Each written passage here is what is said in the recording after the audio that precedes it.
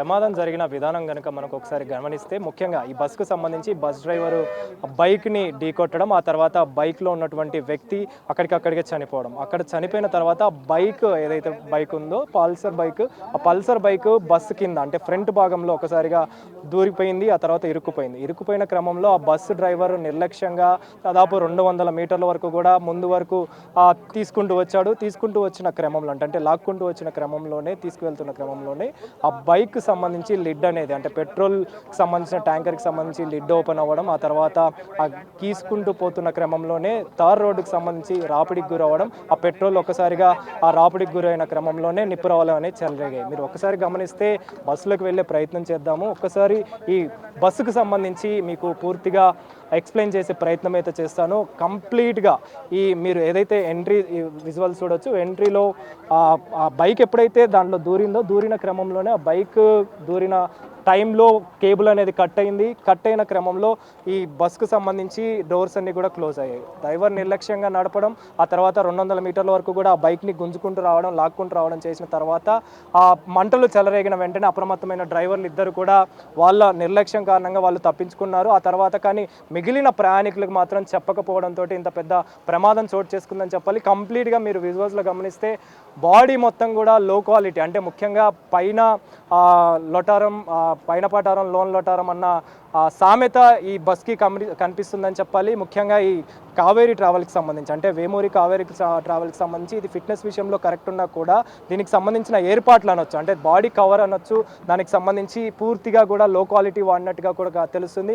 నేను ఒక్కసారి మీకు పట్టుకొని చూపించే ప్రయత్నం అయితే చేస్తాను. ఒకసారి ఇది చూడండి, ఎంత ఈజీగా ఇది పడిపోతుంది, రాలిపోతుంది. దీనికి సంబంధించి ఇది మొత్తం కూడా ఈ కవర్కి సంబంధించి అంటే ఈ బస్కు సంబంధించి పూర్తిగా ఏదైతే కవర్ చేస్తారో దానికి సంబంధించిన మెటీరియల్ అని చెప్పొచ్చు. ఈ మెటీరియల్ మొత్తం కూడా చాలా పీస్గా ఉందని చెప్పాలి. అంటే ఒక దూది రకంగా ఒక పీస్ రూపంలో అయితే గడ్డి రూపంలో కనిపిస్తుంది. ఇదే మెటీరియల్ మొత్తం అగ్నికి ఆహుతైందని చెప్పాలి. ముఖ్యంగా ఎప్పుడైతే ప్రమాదం చోటు చేసుకున్న వెంటనే అంటే నిప్పురవ్వలు చెలరేగాయి, ఆ తర్వాత మంటలు మెల్లమెల్లగా వ్యాప్తి చెందింది. అంటే మొదటి భాగం అంతా కూడా ఒక్కసారిగా మంటలు వ్యాప్తి చెందిన తర్వాత డ్రైవర్లు చెప్పకపోవడంతో స్మెల్ వస్తుంది. అదేవిధంగా ఒక్కసారిగా శబ్దం అనేది ఏర్పడడంతో ఆ ప్రయాణికులు ఒకసారిగా లేచి చూశారు. అంటే ముందు భాగంలో ఉన్నటువంటి ప్రయాణికులు లేచి చూసిన తర్వాత మంటలు వస్తున్నాయని గమనించిన వెంటనే వాళ్ళు తప్పించుకోవడానికి ప్రయత్నించి మిగిలిన వాళ్ళందరినీ కూడా ఇదే విధంగా ముందు భాగంలో మంటలు చెలరేగాయి కాబట్టి అక్కడ నుంచి వాళ్ళు తప్పించుకోలేని పరిస్థితి, వాళ్ళు బయటికి రాలేని పరిస్థితి, బయటికి వెళ్ళలేని పరిస్థితి కాబట్టి వెనక నుంచి వెళ్ళాలని చెప్పేసి ప్రయత్నించారు. మొత్తం కూడా అప్పటికే మంటలు అనేవి వ్యాపించాయి. మంటలు వ్యాపించిన తర్వాత కంప్లీట్ సీట్ అంటే అప్పర్ అదేవిధంగా అప్పర్కి సంబంధించి ఎవరైతే ప్రయాణిస్తున్నారో వాళ్ళకి సంబంధించి కావచ్చు, లోవర్కి సంబంధించి ప్రయాణిస్తున్న వాళ్ళు కావచ్చు, వీటన్నిటికి కూడా డోర్ అనేది క్లోజ్ అవుతుంది. ఫ్రంట్లో డోర్ క్లోజ్ అయిన తర్వాత వీళ్ళందరూ కూడా నిద్రలోకి అంటే దాదాపు 3:30 గంటల సమయంలో అంటే ఉదయం 3:30 గంటల సమయంలో ఈ ఘటన చోటు చేసుకుంది కాబట్టి వాళ్ళందరూ కూడా గాఢ నిద్రకు వెళ్ళిపోయిన క్రమంలోనే కటన్లు వేసుకున్న క్రమంలో కటన్లన్నీ కూడా మంటలకి ఆవుతవడం, మంటలు అనేవి చాలా పెద్దగా వ్యాప్తి చెందాయని చెప్పాలి. దీనిలో భాగంగానే మొత్తం వెనక భాగం వరకు కూడా ముఖ్యంగా గమనిస్తే మీరు విజువల్స్లో గమనించవచ్చు. నేను వెళ్ళడానికి కూడా ప్రయాణికుడు వెళ్ళాలి అని అంటే ఒక్కళ్ళే ప్రయాణికులు ఈ విధంగా వెళ్ళాల్సి ఉంటుంది. ఒక్కొక్క ప్రయాణికుడు మాత్రమే బయటికి లేదా లోపలికి వెళ్ళాల్సిన పరిస్థితి అయితే మనకు కనిపిస్తుంది. మీరు చూడొచ్చు, అంటే నా డిస్టెన్స్ గమనిస్తే ఈ కంప్లీట్ డిస్టెన్స్ కూడా ఒక్క మనిషి పట్టేంత డిస్టెన్స్ గ్యాప్ మాత్రమే ఇక్కడ నేను అంటే నా సైజుకి తగ్గట్టు ఇది ఉంది. అదే మిగతా సైజులకు సంబంధించి కావచ్చు, అంటే ఫ్యాట్ పర్సన్ ఉన్న వాళ్ళకి సంబంధించి కావచ్చు, చాలా ఇబ్బంది పడే అవకాశం ఉంటుంది. అలాంటి పర్సన్లు కూడా ఒక్కళ్ళే వెళ్ళి బయటికి రావాల్సిన పరిస్థితి ప్రయాణికులకు ఏర్పడింది. ఎప్పుడైతే ముందు నుంచి వెనకకి తప్పించుకోవడానికి ప్రయత్నించారో, వాళ్ళ ప్రాణాలని కాపాడుకోవడానికి ప్రయత్నించిన క్రమంలోనే అందరూ కూడా ఒక్కసారిగా ఇక్కడే గుమిగూడిన క్రమంలో విండోని అంటే ఎమర్జెన్సీ విండోని పగలగొట్టడానికి ప్రయత్నించిన క్రమంలో అందరూ కూడా ఒకటేసారి రావడం, ఇరుకైన దారి కావడంతో ఆ విండోని పగలగొట్టినా కూడా చాలా మంది కూడా బయటికి రాలేని పరిస్థితి మనకు కనిపించింది. ఆ తర్వాత మిగిలిన వ్యక్తులు ఎవరైతే ఉన్నారో మరికొంతమంది మరొక విండోని పగలగొట్టడం జరిగింది. పగలగొట్టిన తర్వాతనే వాళ్ళంతా కూడా తప్పించుకుంటారు. అంటే దాదాపు 19 మంది కూడా బాడీలన్నీ కూడా ఇక్కడ అదేవిధంగా అప్పర్కి సంబంధించి లోవర్కి సంబంధించి ఇక్కడ పడిపోయారని చెప్పాలి.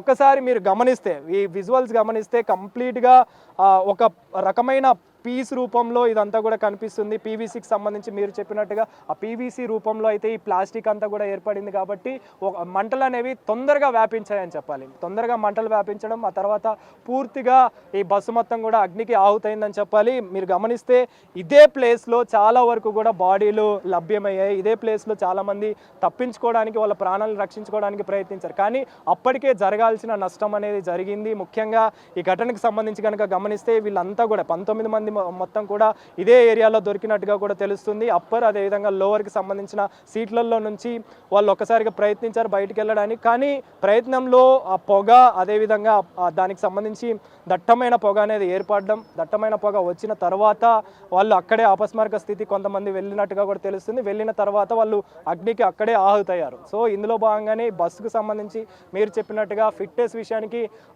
చాలా వరకు రూల్స్ అనేవి పాటించినా కూడా ఈ బాడీ కవర్ చేయడానికి మాత్రం వీళ్ళు క్వాలిటీ అనేది మెయింటైన్ చేయలేదని పర్టికులర్గా స్పష్టంగా కనిపిస్తుంది. దానికి సంబంధించి పూర్తిగా ఇనుము ప్రెజెంట్ అయితే కనిపిస్తున్న పరిస్థితి. కానీ ఈ ఇనుముకి సంబంధించి అంటే బాడీకి సంబంధించి ఏర్పాటు చేసిన ఏదైతే కవర్ ఉందో అది మాత్రం కంప్లీట్గా పీవీసీ, అదేవిధంగా ఆ ఫెదర్కి సంబంధించిన మెటీరియల్ వాడినట్టుగా కూడా తెలుస్తుంది. అందులో భాగంగానే మంటలు అనేవి చాలా పెద్ద ఎత్తున చెలరేగాయి. ఎప్పుడైతే బైక్ కింద నుంచి ముందు భాగంలో నుంచి తను లాక్కుంటూ వెళ్ళాడో బైక్ని, ఆ తర్వాత ఆ బైక్లో నుంచి లిడ్ పెట్రోల్కి సంబంధించిన పెట్రోల్ ట్యాంకర్కి సంబంధించిన లిడ్ అనేది ఓపెన్ అవ్వడం, ఆ తర్వాత ఆ లిడ్లో ఆ పెట్రోల్ అనేది కిందికి వెళ్ళడంతో, కింద పడడంతో రాపిడికి గురైన క్రమంలోనే ఇంత పెద్ద మొత్తంలో మంటలు చెలరేగాయి. ఆ తర్వాత అగ్ని ప్రమాదం అనేది చాలా తీవ్ర స్థాయికి వెళ్ళిందని చెప్పాలి. దాదాపు 19 మంది సజీవ దహనమయ్యారంటేనే మీరు అర్థం చేసుకోవచ్చు ఈ బస్సుకు సంబంధించి డ్రైవర్ యొక్క నిర్లక్ష్యం ఎంత స్పష్టంగా కనిపిస్తుందో. అందులో భాగంగానే ఇప్పటికే అధికారులు కావచ్చు, అదేవిధంగా కొద్దిసేపటి క్రితమే తెలంగాణకు సంబంధించి కూడా 16 మంది ఇందులో ప్రయాణించారని చెప్పేసి కూడా తెలుస్తుంది. ఆ 16 మందిలో కూడా 6 మంది చనిపోయినట్టుగా కూడా తెలుస్తుంది. డ్రైవర్ యొక్క నిర్లక్ష్యం, అదేవిధంగా బస్సుకు సంబంధించిన ఏర్పాట్లు కావచ్చు, దానికి సంబంధించిన ఎమర్జెన్సీ ఎగ్జిట్లు కావచ్చు, ఇవన్నీ కూడా సరైన సమయానికి ఓపెన్ కాకపోవడంతో ఇంత పెద్ద ప్రమాదం చోటు చేసుకుందని చెప్పాలి. ఇప్పటికే దీనికి సంబంధించి మంత్రులంతా కూడా స్పందించారు.